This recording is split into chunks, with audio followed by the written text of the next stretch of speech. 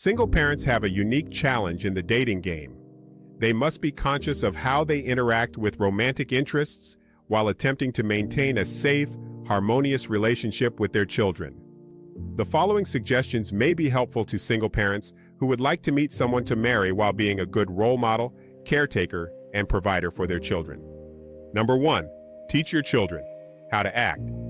Your children's behavior can have a definite impact on your success in the dating game, because the person you date can be favorably impressed or totally offended by the way your children act. Even though the person you date may be mesmerized by your charm or good looks, he or she may run for cover after the first date if your children are ill-mannered, menacing brats.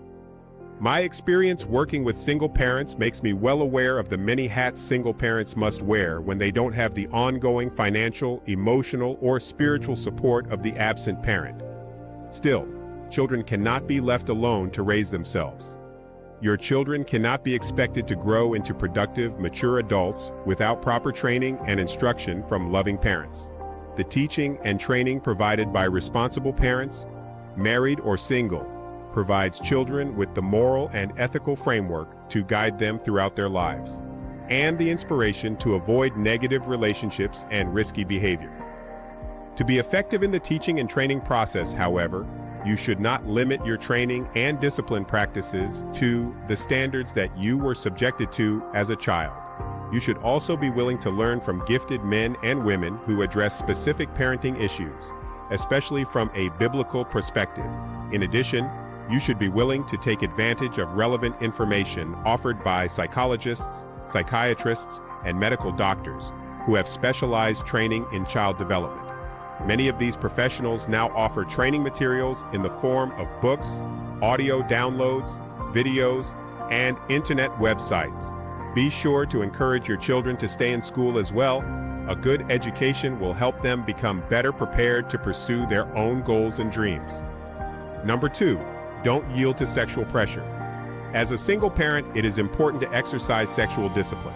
Commit yourself to abstinence until you are married. Otherwise, you could produce another child, which would compound your challenges. If you choose sexual abstinence, be sure to explain your decision to the people you date to avoid misunderstandings about sexual activity. This discussion is particularly important for the single mother who has frequent financial problems, because some men will attempt to exploit her financial vulnerability. Men who do this will offer financial assistance in exchange for sexual favors. Some single mothers feel intense pressure when it comes to this type of sexual exchange, because a little extra money may be useful when the father of their child fails to offer adequate financial support. However, a single mother can have a more rewarding future and will likely feel better about herself if she rejects sexual transactions and learns to be self-reliant and trust God to meet her needs when financial challenges arise. In addition, if she maintains sexual purity and refuses to yield to sexual manipulation, her chances of meeting the kind of man who will love and respect her enough to marry her, if she desires to be married, dramatically increases. Number 3, keep the other parent involved. Both parents are needed to raise healthy, well-adjusted children. Even if you and your child's non-custodial parent have irreconcilable differences, seeking common ground on important childcare issues will definitely benefit your child. Keeping the non-custodial parent informed about special events in the life of your children, like ball games, recitals, contests, and the review of report cards, is also a very important part of working together as parents.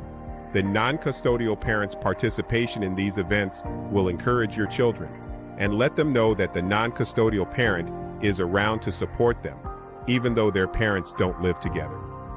When it comes to visitation privileges, both parents should respect the orders of the court. Going back to court over visitation privileges can be costly and will likely trigger emotional bitterness.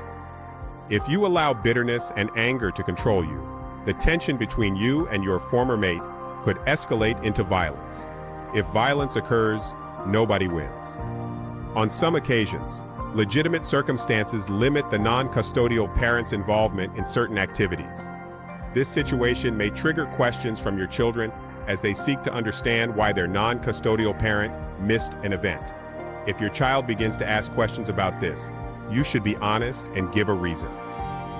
but use age-appropriate terms that your child can easily understand while avoiding negative terms and name-calling that will create a negative image about the absent parent.